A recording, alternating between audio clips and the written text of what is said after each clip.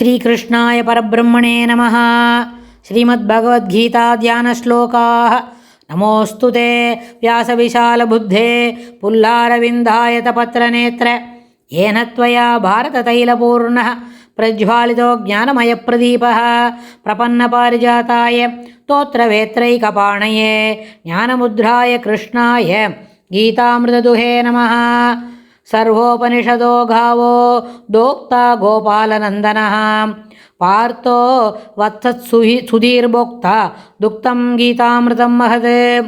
वसुदेवसुतं देवं कंसचाणूरमर्दनं देवकी परमानन्दं कृष्णं वन्दे जगद्गुरुम्।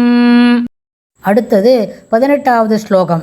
யஸ்மாத் க்ஷரம் அதீதோஹம் அக்ஷராதபி சோத்தமः அக்ஷராதபி சோத்தமः அதோஸ்மி லோகே வேதே ச பிரதிதः पुरुषोत्तमः प्रतितः पुरुषोत्तमः। यस्मात् क्षरमतीतोऽहम् अक्षरादपि चोत्तमः अतोऽस्मि लोके वेदे च प्रतितः पुरुषोत्तमः.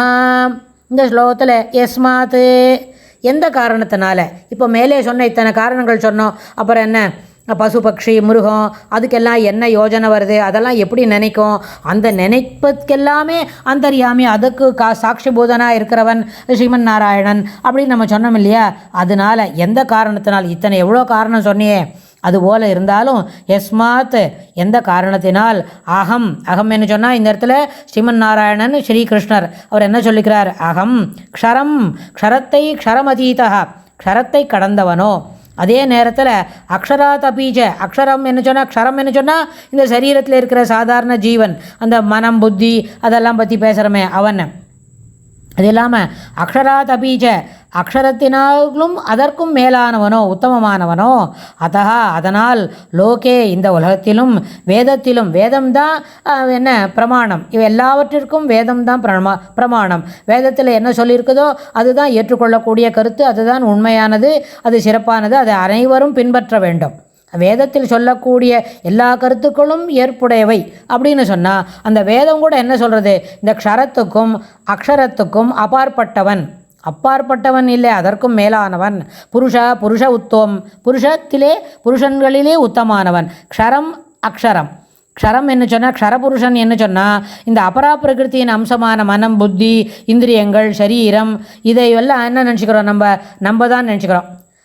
அதுதான் மனுஷன், அதுவே தானே அப்படின்னு நினச்சிக்கிற ஒரு ஜீவன் இருக்கே, அதுதான் இந்த என்ன அபரா பிரகிருத்தியில் இருக்கிற க்ஷரபுருஷன்.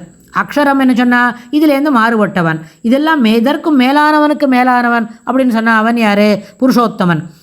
வேதத்திலும் உலகிலும் என்ன உயர்ந்தவன், புருஷோத்தமஹா இது புருஷோத்தமன் என்று பிரஜிதஹா அஸ்மி பிரசித்தி அடைந்துள்ளேன். பெருமாள் தன்னை சொல்லிக்கிறார் அர்ஜுனன்கிட்ட. இந்த வேதம் என்ன சொல்கிறது தெரியுமோனோ, என்னை தான் கண்டுபிடிச்சிக்கணும், என்னை தான் தெரிந்து கொண்டு உணர்ந்து அனுபவித்து என்னை அடைய வேண்டும் அப்படின்னு சொல்கிறது. இந்த உலகத்தில் என்ன சொல்கிறார், இந்த க்ஷரன் அக்ஷரம், இந்த க்ஷரபுருஷன் இவன் சாதாரணப்பட்டவன்.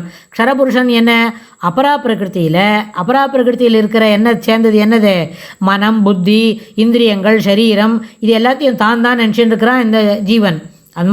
அதுபோல் அபிமானிக்கும் ஜீவன் அவனுக்கிட்டேந்து அவன் என்ன பண்ணுற, அக்ஷரபுருஷன் எப்படி இருப்பான், இந்த ஜீவ சாட்சியாய் இருதயத்தில் உரையபவன். இருதயத்தில் ஒரு மனுஷனுக்கும் அவன் மனசில் இருக்கிற அந்தர்யாமி யார், அக்ஷரபுருஷன்.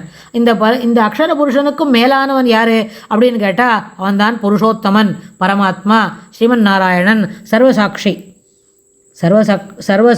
அப்படின்னு. இந்த சர்வசாட்சின்ற வார்த்தையை தான் பெருமாள் இப்போ என்ன அந்த 13வது அத்தியாயத்தில் உபஸ்திரஷ்டானுமந்தாச்ச அப்படின்னு அந்த ஸ்லோகத்தை சொன்னார். என்னன்னு கேட்டால் மேலானவனுக்கும் மேலானவனாக மேலே நின்று கொண்டு பார்ப்பவனாக இங்கே எல்லாம் என்ன நடக்கிறது அப்படின்னு சொன்னார் இல்லையா. உபதிரஷ்டானுமந்தாச்ச பர்த்தா போக்தா மகேஸ்வரஹா பரமாத்மா இதி ச அப்யுக்தோ தேஹஸ்மின் புருஷா பரஹா அப்படின்னு அந்த இடத்துல சொன்னார். புருஷா பரஹா வேற புருஷன், வேற இதுக்கெல்லாம் மேலானவன், மேலே நின்று பார்க்கனுக்கும் மேலானவன், அதற்கும் மேலே வேறானவன் அப்படின்னு சொன்னால் அந்த உபதிரஷ்டானுமந்தாச்சன்னு சொன்னார் ஒரு வார்த்தையில். அது யாருன்னு கேட்டால் இப்போ சொல்லக்கூடிய இந்த புருஷோத்தமன். வேதங்கள் சொல்கிறதே, வேதத்திலும் தாண்டி தெரிஞ்சுக்கிறோமே, அவர்தான் புருஷோத்தமன். அதனால தான் இந்த உலகத்தில் புருஷோத்தமன் யாருன்னு சொன்னால் சர்வசாட்சி, ஜீவசாட்சி.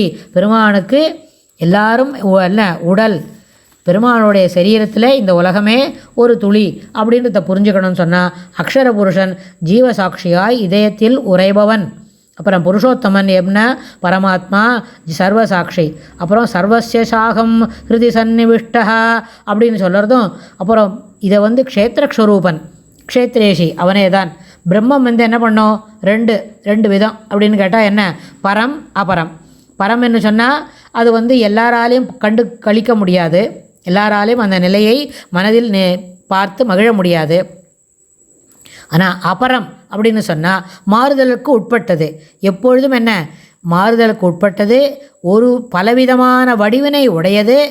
அப்புறமே ஜகத்தை ஆளும் ஈஸ்வரனாகவும் ஆளப்படும் ஜீவனாகவும் ஜகத்தாகவும் பிரிந்து விளங்கும். இப்போ இந்த ஒரு இடத்துல இப்போ சென்ற பதிவில் சொன்னோம், ஒரு கையில் நம்ம ஆதாரம் ஆதேயம் ரெண்டு புரிஞ்சுக்கிடும். எது ஆதாரம், இப்போ ஒரு சின்ன தொன்னையில் மல்லிப்பூ போட்டிருக்கோம். அப்போ எது என்னது, மல்லிப்பூ உள்ளுக்குள்ளே இருக்குது. அந்த மல்லிப்பூவை தாங்கி நிற்கிறது எது, அந்த தொன்னை. அந்த இலையில் தைச்ச ஒரு தொன்னையில் மல்லிப்பூ போட்டிருக்கு, அதனால் அதுக்கு அது ஆதாரம் ஆதேயம். ஆனால் இப்போ இன்னொன்று சொல்வா, நெய் பாத்திரம் வச்சுருக்கோமே, நெய் உள்ளுக்குள்ளே இருக்கிறது என்ன, அது ஒரு உபகரணம். ஓமத்துக்கோ பெருமாளுக்கு விளக்கேற்றுறதுக்கோ பயன்படுத்தக்கூடிய ஒரு திரவியம். அது எது தாங்கி நிற்கிறது, அந்த பாத்திரம், நெய் பாத்திரம் தாங்கியிருக்கு. அதுபோல் ஆதாரம் ஆதேயம் ரெண்டும் ஆச்சு. ஆனால் இது ரெண்டுத்தையுமே தாங்கி ஒன்று நிற்கிறதே, அது என்னது அப்படின்னு கேட்டால் அதுதான் கண்ணுக்கே தெரியாமல் இருக்கக்கூடிய என்ன, உபதிரஷ்டானுமந்தாஜ, பார்ப்பவனுக்கெல்லாம் பார்ப்பவனாக, மேலானவனுக்கும் எல்லாம் மேலானவாக. அப்புறம் புருஷோத்தமஹா இதி அப்படின்னு சொல்கிறாரு, புருஷர்களுக்குள்ளே உத்தமமானவனாகவும் எழுதி சொல்கிறது வேதம் சொல்கிறது. அதே மாதிரி இந்த உலகத்திலே எல்லாம் சொல்கிறார். அதனால்தான் சுவாமி இப்போ எப்படி இருக்கார், புருஷோத்தமன் என்று பிரசித்தியாக இருக்கிறான். அதனால் இதை மனசில் என்ன பண்ணிக்கணும், அப்புறமே ஜகத்தை ஆளும் ஈஸ்வரனாகவும் அதுவே ஆளப்படும் ஜீவனாகவும் ஜெகத்தாகவும் பிரிந்து விளங்குகிறது. அப்போது ஒரு ஜீவனுக்கும் இருக்கிற அந்தர்யாமி ஸ்ரீமன் நாராயணன். அதற்கு தெரியாமல் எந்த ஒரு வேலையும் ஒரு மனுஷன் செய்திட முடியாது.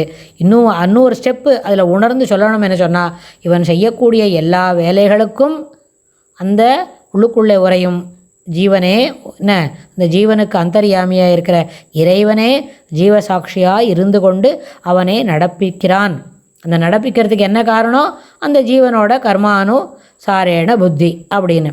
ஆனால் இந்த ஸ்லோகத்தில் பெருமாள் என்ன சொல்கிறார், அப்படி ஒரு நடத்துகிறவன் ஒருத்தர் இருக்கானே அதுவும் தானே தான் அப்படின்னு இந்த ஸ்லோகத்தில் சொல்லிக்கிறார். அடுத்த ஸ்லோகத்தில் இன்னும் பெருமாள் என்ன விரிவாக சொல்கிறாருன்னு நம்ம பார்க்கலாம். ஸ்ரீகிருஷ்ணாய துப்யம் நமஹ.